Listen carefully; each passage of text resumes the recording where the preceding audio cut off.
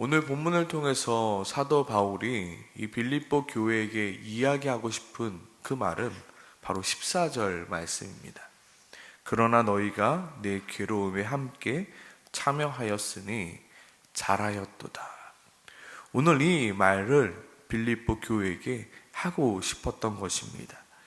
여기서 내 괴로움에 참여하였다라는 것은 무슨 말이냐면 바울의 사역에 빌립보 교회가 물질로 그리고 기도로 함께 동참하였다, 함께 참여하였다라고 것을 말하는 것입니다.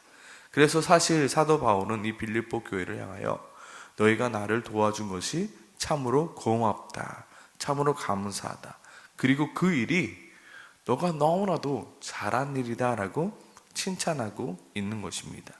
10절입니다.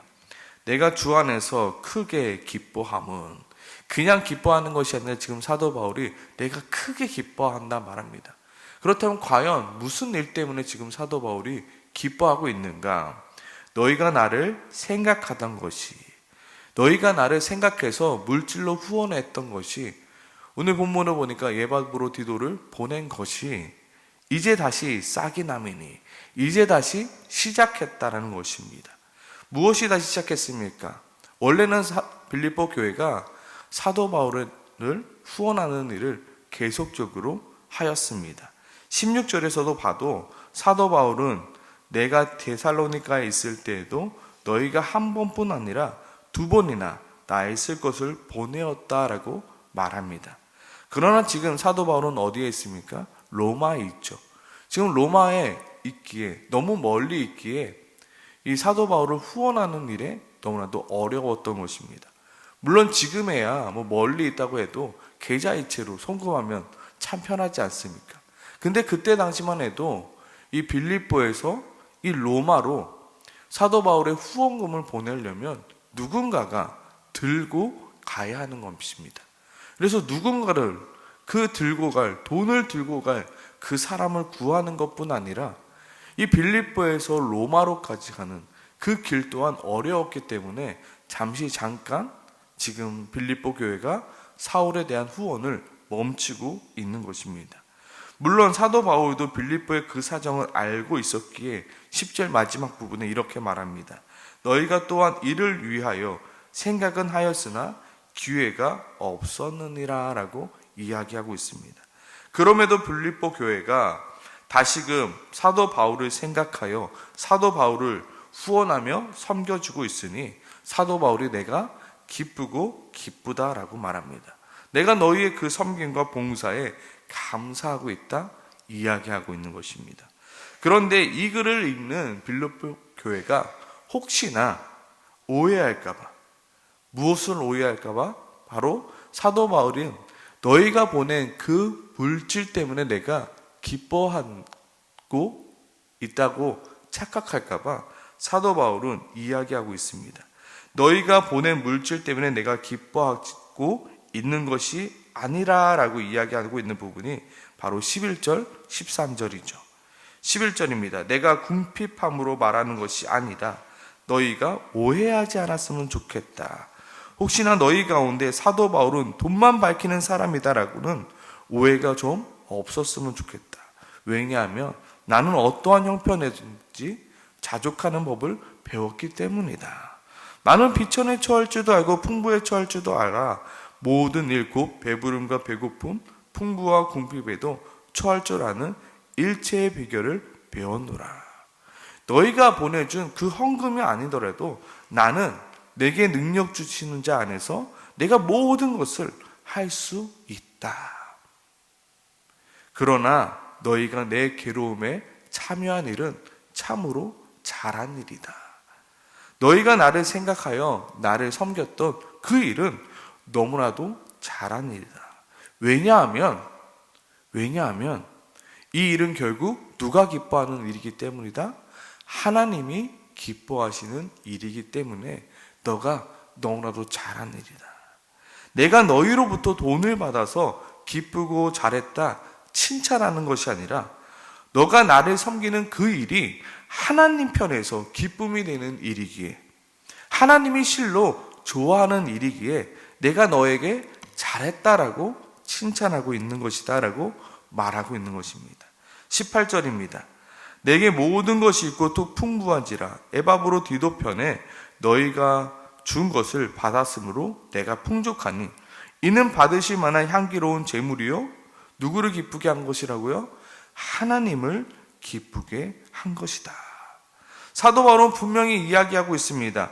너희가 준 그 물질이 나로 하여금 크게 기뻐하게 된 일이지만 내가 정말로 기쁜 일은 내가 돈을 받았기 때문에, 내가 물질을 받았기 때문에 기쁜 것이 아니라 그것이 바로 하나님을 기쁘시게 한 일임을 너희가 알고 하였기 때문에, 너희의 그 행동이 하나님이 받으실 만한 기쁜 일이기에, 내가 사랑하는 너희 그 교회가 하나님이 기뻐하시는 일을 하고 있으니 내가 너무나도 기쁘다라고 지금 이야기하며 이 빌립보 교회를 칭찬하고 있습니다. 그러니 빌립보 교회를 비롯한 다른 교회들도 이 일에 동참하였으면 좋겠다 말하고 있습니다. 어떤 일입니까? 이 일은 단순히 사도 바울을 후원하는 일을 넘어서 하나님을 기쁘시게 하는 일에 동참하였으면 좋겠다. 이 빌립보서는요, 이 빌립보 교회를 위해서 썼지만 빌립보 교회만 받아서 읽었던 성경은 아닙니다.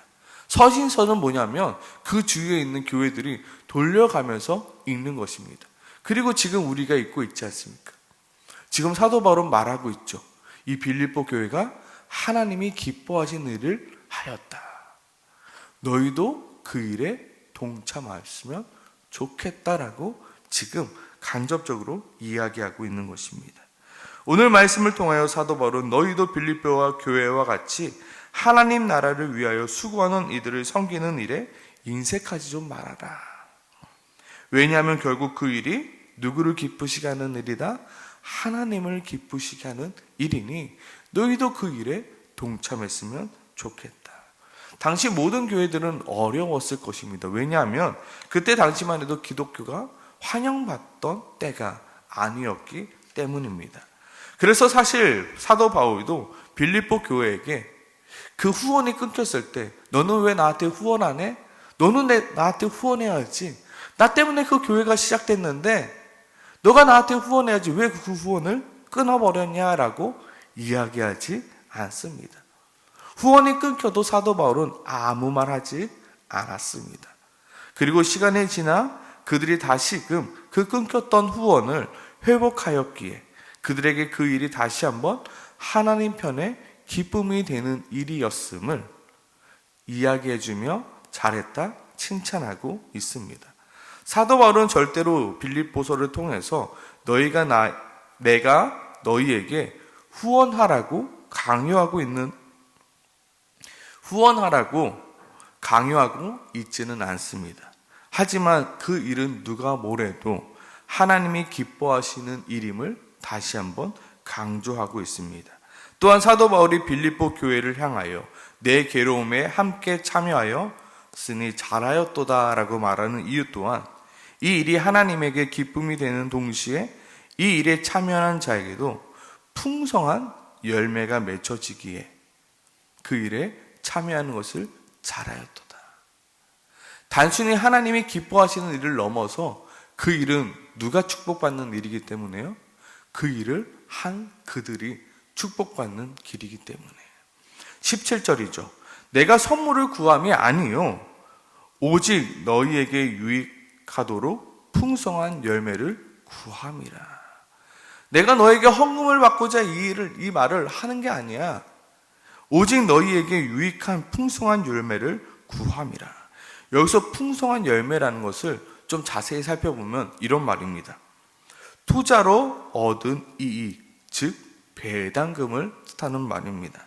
즉 사도 바울이 기도하고 있는 것은 무엇이냐면 빌립보 교회가 자신에게 보내준 헌금과 섬김만큼 축복이 다시금 빌립보 교회 안에 열매 맺혀지기를 기도하고 있는 것입니다. 왜냐하면 사도 바울도 19절 나의 하나님이 그리스도 예수 안에서 영광 가운데 그 풍성한 대로 너희의 모든 쓸 것을 채우시리라라는 것을 믿고 있었기 때문입니다. 오늘 이 새벽에 우리가 고민해야 될 것은 무엇이냐면요, 우리가 지금 하나님이 기뻐하시는 일을 하고 있느냐입니다. 과연 내가 하고 있는 것 중에서 하나님이 기뻐하실 만한 것이 무엇이 있는가입니다. 정말로 하나님을 통하여, 하나님이 나를 통하여 하고 싶어 하시는 그 일이 무엇인가입니다. 정말로 하나님께서 나의 삶을 보시고 잘하였다 칭찬하고 계시는 그 일들을 내가 하고 있느냐입니다. 내가 하루에 수만 가지 일들을 합니다. 그 중에서 정말로 내가 하나님을 기쁘시게 하는 일을 하고 있느냐. 정말로 하나님 앞에서 칭찬받을 만한 일을 하고 있느냐. 오늘 사도 바울이 빌립보 교회를 향하여 내가 그 괴로움에 참여한 것이 잘하였도다 라고 칭찬하고 있는데 정말로 내가 하나님 앞에 칭찬받고 있는 일을 하고 있느냐. 정말로 큰 일을 아닐지라도 정말로 하나님 앞에서 순종함을 통해서 정말로 그 일을 통해서 너가 잘하고 있구나. 정말로 내가 그 일을 하고 있는지 돌아보아야 합니다. 그리고 하나님을 기쁘시게 하는 일이 곧 내가 복을 받는 길임을, 정말로 하나님께 드리는 것이 그 순종이 다시금 누구에게로 돌아온다고요? 나에게 축복으로 돌아오게 된다는 것을 우리는 하루빨리 알아야 합니다. 많은 사람들이 하나님을 기쁘시게 해드리는 일에 인색합니다. 아까워합니다. 낭비라고 생각합니다. 그러나 우리의 일생의 가장 좋은 투자처는 하나님께 투자하는 것입니다. 하나님에게 투자하는 것만큼 안전한 것은 없습니다. 제가 대학교 4학년 때 인생 어떻게 살아야 되나, 내가 어떠한 인생을 살아야 될까 막 고민하면서 여러 강연들을 좀 들어봤습니다. 그때 한 강연자가 이런 말을 하였습니다. 당신의 인생을 좀 투자하려면 적어도 50년간은 망하지 않을 곳에 투자하십시오. 세상이 막 변해가는데 50년 내가 열심히 공부하고 열심히 노력해서 이루었더니 50년 뒤에 사라지는 직업이나 사라지는 직종이나 사라지는 기업에 투자했으면 얼마나 그 인생이 아깝겠습니까? 50년 뒤에도 100년 뒤에도 사라지지 않을 그곳에 당신의 인생을 투자하십시오. 그래서 제가 50년 뒤에도 사라지지 않을 그런 직업은 뭐가 있으며 그런 기업은 뭐가 있으며 그런 곳은 어디일까를 막 찾고 있었습니다. 그때 교회에서 갑자기 그날 설교 제목이 하나님의 나라는 절대로 망하지 않습니다라는 거예요. 그때 깨달았습니다. 하나님 나라에 내 인생을 투자해야 되겠구나. 하나님 나라에 내 인생을 투자했을 때 내 인생은 절대로 망하지 않겠구나. 오늘 그 얘기를 하고 있는 것입니다. 너희 빌립보 교회여, 너가 하나님 나라에 투자하고 있으니 너가 잘하였도다. 세상 사람들은 인색함으로 하나님 나라에 투자하지 않고 있는데 너는 하나님 나라에 투자하고 있는 그 일이 너무나도 잘하였구나라고 칭찬하고 있는 것입니다.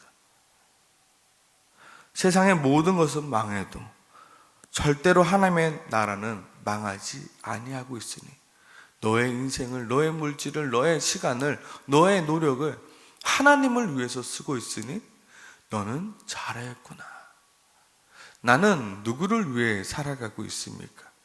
먹든지 마시든지 무엇을 하든지 하나님의 영광을 위하여 하라라고 말하고 있습니다. 왜요?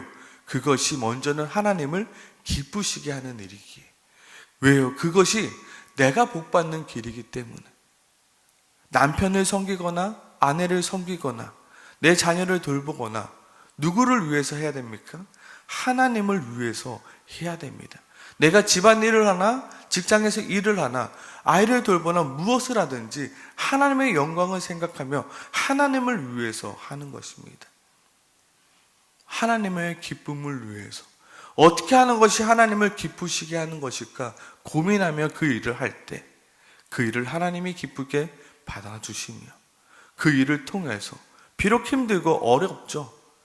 죽게 하듯 하는 것이 얼마나 어렵겠습니까? 그런데 죽게 하듯 할 때 그 축복이 누구에게로 돌아온다고요?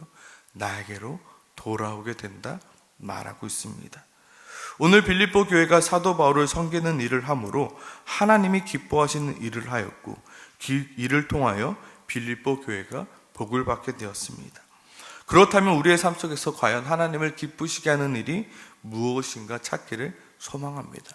오늘 이 새벽에 하나님, 내가 하나님을 기쁘시게 하는 일이 무엇일까요? 내가 무엇을 함으로 하나님을 기쁘시게 할 수 있을까요? 내가 무엇을 통하여 하나님의 그 축복을 누릴 수 있을까요? 오늘 고민하며 기도하길 소망합니다.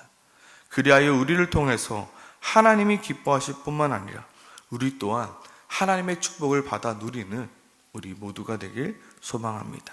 함께 기도하겠습니다.